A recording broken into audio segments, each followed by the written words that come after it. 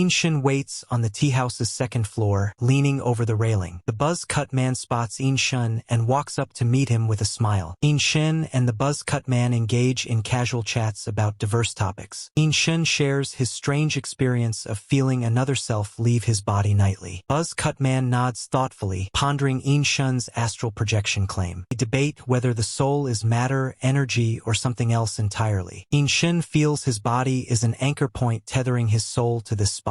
The buzz-cut man explains the awe of a soul transcending matter and time. Yin Shen reacts surprised as mythic gods are named in their deepening talk. Buzz-cut man reasons the soul exists apart from matter and energy in the universe. Yin Shen questions how a soul could navigate time or alter history if detached. Buzz-cut man offers a somber view on souls lost outside the universe, trapped. Long silence falls before the buzz-cut man laughs and refills the tea. Yin Shen stands, ready to leave, thoughts disturbed by their deep talk. Buzz-cut man stops Yin Shen and gives him an ancient fossil as thanks. Yin Shen inspects the trilobite fossil, curiosity mixing with awe. A rogue car crashes through the tea house, glass shattering around Yin Shen. Yin Shen lies injured, blood pooling, vision fading as realization dawns. Yin Shen's spirit drifts upward, leaving his body far behind below. He watches Earth from orbit as time rushes forward, civilizations fading. Yin Shen realizes time speeds, unsure if it's moving forward or back. He is flung from Earth, witnessing stars born and destroyed in silence. He contemplates humanity's fleeting existence in the vast cosmic scale. He lets himself become radiant light, moving towards the universe's origin. Time reverses as he is pulled toward the first moment of the universe. The stars collapse, the universe merges, and everything disappears to nothing. He questions where he has arrived in a place lacking space or time. Fear rises as a voice warns he may remain trapped here for eternity. Suddenly, light and the sound of water pull him from darkness into a new realm. He sees Ridlichia trilobite crawling on ocean sand. Ancient life reawakens. Massive ancient worm suddenly erupts from the sea, towering and grotesque. The giant trilobite crawls ashore and transforms into a humanoid being. The humanoid trilobite approaches Yin Shen, reverent and speaking the first word. He hears the first language spoken by Earth's oldest life in a single word, God. Yin Shen rides atop the giant worm, traveling across the vast ancient ocean. Days pass with long sunlight and brief nights. Life thrives only in the vast sea. Yin Shen estimates this place is Earth's Cambrian period, nearly 500 million years ago. Countless creatures flourish in warm waters, adapting during Earth's early evolution. Yin Shen observes the creatures' evolving powers, trapped between ghost and god. Only two beings can see and touch Yin Shen, Trilobite Man and the Fusion Monster. Trilobite Man bows in fear before Yin Shen, reverent but unsure of his godly role. The Fusion Monster works tirelessly, quarrying stones to build a massive temple. Tentacles transform into tools, chiseling and hammering the stones into shape. Yin Shen realizes the temple is a palace made for him, built by the ancient creatures. Trilobite Man prays to Yin Shen, calling him God and begging forgiveness. Yin Shen remains calm and detached, unaffected by wishes or faith of insects. The Trilobite Man celebrates when Yin Shen praises his palace construction efforts. Fusion Monster carries Yin Shen to the pyramid apex, pressing against the temple. A radiant statue of Yin Shen stands inside the palace, carved by Trilobite Man. Trilobite Man tries to pronounce Yin Shen's name, struggling with human speech. Trilobite Man joyfully repeats the distorted version of Yin Shen's name as praise. Chants fervently Yinsai God repeatedly, lost in ecstatic worship beside the statue. At the base, the Fusion Monster echoes cries, amplifying the ancient prayers. Yin Shen feels weary despite his eternal spirit in this primeval temple. Trilobite Man kneels at the temple entrance, carrying a massive anomalocaris. Yin Shen smiles faintly at Trilobite Man who joyfully dances at his feet. Trilobite Man's joy comes from pronouncing Yin Shen's name, not the offering. The anomalocaris moves, snapping its claws and cracking the stone beneath. Trilobite Man lets out furious howls, wanting to kill the disrespectful beast. Yin Shen notes the anomalocaris' size but refrains from touching it. Yin Shen commands the sea, and the Fusion Monster swallows the prey whole. Yin Shen, Trilobite Man, and the Fusion Monster appear calm amid this chilling scene. Yin Shen studies vivid stone carvings depicting bustling human cities. Yin Shen points out a tiny human figure, explaining to Trilobite Man. Trilobite Man proudly declares he is human, misunderstanding his true nature. Yin Shen explains Trilobite Man's true species and his own loneliness. Trilobite Man feels sadness for his difference and lack lack of human kin. Yin Shen gives Trilobite Man the name Ridlikia, sparking joy anew. Ridlikia celebrates his new name, quick sorrow forgotten like a child's mood. Yin Shen plans to use the fusion monster's power to create new life forms. Yin Shen requests the fusion monster's spiral shell for his plan to succeed. The fusion monster obeys Yin Shen's will, more a tool than a thinking being. Yin Shen reflects on wisdom's power, realizing Trilobite Man's true strength. Yin Shen commands the fusion monster to shed its spiral shell for him to control. Fusion monster's shell floats and shrinks under Yin Shen's mental control. Yin Shen holds the shrunken shell, feeling it to be a miraculous tool of life. He senses the shell's power transcends science, controlled by his will alone. Yin Shen imagines more powers locked in the spiral shell, yet to unlock. Yin Shen grapples with his ghostly existence, yearning for a physical body. The fusion monster transforms into a small girl named Shelly at Yin Shen's command. Yin Shen names the girl Shelly. She reacts with curious, bubbling sounds. Yin Shen mocks Shelly as a heartless lottery dealer after another failed life attempt. Shelly plays idly as Yin Shen initiates the next experiment with the shell. Multiple failed creatures hatch then dissolve, returning nutrients to the spiral shell. The sun repeatedly rises and sets on the unchanging island and sea. Finally, Trilobite Men eggs hatch, gleaming like gems on the ocean surface. Shelly cheers as Ridlikia senses the miraculous hatching at the ocean's edge. Yin Shen smiles, announcing their success and the birth of Trilobite Men companions. Ridlikia feels awe and newfound purpose as he learns he now has a species. Yin Shen declares Ridlikia king and urges him to lead a thriving civilization. Ridlikia questions what a civilization means and asks for teachings. Yin Shen explains civilization as collective intelligence and culture to Ridlikia. He encourages Ridlikia to decide how to build his future civilization kingdom. Ridlikia asks why God won't build the civilization himself and offers obedience. Yin Shen affirms his role as God, while Ridlikia must be king of the people. Trilobite Man eggs hatch, initially insect-like, fragile in their first form. They grow in the ocean, shells hardening as their bodies become opaque and solid. Trilobite Men hunted coastal creatures with no predators around to threaten them. After years, they shaped into humanoid forms and sensed a voice calling their minds. Ridlikia smiled warmly, standing alone on the pyramid steps facing the ocean. A unique white, armored female caught Ridlikia's attention, stirring unknown feelings. Shelly watched coldly, her human form concealing a terrifying, monstrous presence. The Trilobite Men trembled and fell at the feet of the temple, fearing Shelly's hidden monster. Ridlikia commanded their rise, imprinting words directly into their minds by will. He declared himself their king and the chosen ruler of land and sea for the god. The Trilobite Men roared in frenzied passion, declaring their king loudly and united. Ridlikia built a city in mountain caves connected to sea, creating a new civilization. He lived by sea and land, worshipping the god and pursuing survival and growth. Ridlikia became a father, proud to lead his small family to the temple of the god. They climbed carefully to the temple, Ridlikia guiding his child with whispered awe. Ridlikia told his child the god watched from above, but the child saw only rocks. Ridlikia felt deep sadness and helplessness as his child lacked the god's sight. The child lacked the god's gift, unable to see the divine glory Ridlikia knew. Ridlikia recognized the child's inability, marking a moment of loss for the bloodline. Ridlikia kneels, despairing beneath the statue of the god. Yin Shen mocks Ridlikia's need for others to see him. Ridlikia explains faith needs vision of the god to endure. Yin Shen ponders faith's meaning and his own existence. Ridlikia crawls to Yin Shen's feet, declaring their need for him. Ridlikia compares faith to life needing water and light to survive. Yin Shen views gods as mere advanced beings, not divine creators. Ridlikia's tears fall as he fears no one will guard the temple. Ridlikia fears the future with no faithful to maintain the temple. Yin Shen asks what Ridlikia truly wishes for in life and faith. Ridlikia vows to build a civilization that worships forever. Yin Shen doubts eternal faith, warning all things will decay. Ridlikia can't grasp the vastness of time Yin Shen describes. Yin Shen encourages Ridlikia to pursue what he values in life. Ridlikia asks Yin Shen to keep a part of him to stay close. Yin Shen watches as Ridlikia leaves the temple with new understanding. The city grows around the temple, thousands of Trilobite Men prosper. Ridlikia rules the city, his sons hold noble roles across it. Ridlikia learns many have been devoured by the dangerous sea. The food runs out, desperation forces men to brave the deep, deadly ocean. Ridlikia confronts the crisis threatening his civilization's survival. Ridlikia stands before lifeless Trilobite trilobite men, the city shrouded in grief. Ridlikia vows to find a solution as the crowd's hope flickers to life. The people chant for their king of wisdom, trusting his solemn promise. Ridlikia climbs the pyramid, his guards standing alert at its base. At the top, Shelley glows, a radiant figure beckoning under the stars. Yin Shen, the god, explains life's mysteries beyond the land and stars. Yin Shen reveals the sacred land's ozone layer shields life's rare miracle. Ridlikia kneels in shame, pleading for God's guidance to end hunger. Yin Shen helps Ridlikia rise and offers wisdom about farming's dawn. A giant spiral shell from Shelley adorns the temple wall, glowing faintly. Inside the shell, aquatic life forms swim in pure seawater, strange and alien. Yin Shen names one creation the ancestral fish, a strange armored aquatic life form. This strange life form cannot swim but feeds by sucking organisms through a straw. Yin Shen declares the fish the food he bestows upon Ridlikia's people. Ridlikia accepts the gift, hopeful this food can end their dire hunger. Yin Shen shares knowledge of hunting, gathering, and the dawn of farming. Though planting is not possible, Yin Shen promises to teach farming soon. Shelley rests nearby as life and hope begin slowly stirring anew inside the temple. Ridlikia's hope is renewed, strengthened by the god's luminous guidance. Ridlikia's sons show off the god-given ancestral fish to the crowd. His younger brother proclaims the divine mandate of the king of wisdom. Ridlikia speaks calmly, asserting God's love and their destined glory. Crowd erupts with cheers, filling the god-given city with hope and faith. Trilobite men carry stone basins filled with lively ancestral fish to the marshes. They pour the ancestral fish into the swamp, laughing and splashing water everywhere. Ridlikia arrives and selects his eldest daughter to guard the ancestral fish. His daughter accepts the duty with honor and vows to protect the fish. Female trilobite men begin farming the ancestral fish under her lead. The fish multiply in the marshes, promising sustainable food for all. God-given city thrives on farming and fishing with new hope and faith. Marshes teeming with plants become new grounds for fish and life to flourish. Ancestral fish forage in the silt, unaware of the passage to the ocean. The lead fish discovers a new passage and swims deep toward the vast ocean. Bubbles rise as ancestral fish leave the marsh, venturing into the ocean. A new species emerges in the ocean, born from God's powerful gift. Ridlikia stands on the walls, watching the god-given city flourish anew. Ridlikia vows to build a lasting civilization, swearing an eternal oath. The queen promises Ridlikia will succeed as king of wisdom and guide them all. Ridlikia's sons arrive, carrying a large carved stone to record their history. Ridlikia eyes the carved steel, sensing their tale is incomplete without writing. Ridlikia recalls God's words, civilization must have writing, art, and philosophy. Ridlikia seeks Yin Shen's help to create a unique writing system for the trilobites. Yin Shen explains writing is unique and must be created by Ridlikia himself. Yin Shen traces simple symbols on the shell, teaching Ridlikia the basics. Ridlikia draws water and sea symbols, realizing writing's power beyond pictures. New symbols form the first writing of the trilobite men under Ridlikia's hands. Ridlikia announces the writing system's arrival. His sons feel uncertain but listen. Ridlikia shows writing used to tell the mythology of God and their creation. Trilobite men realize God's miracle through the new writing on the stone steel. Ridlikia clutches the carved writing, seeing their civilization truly begin to grow.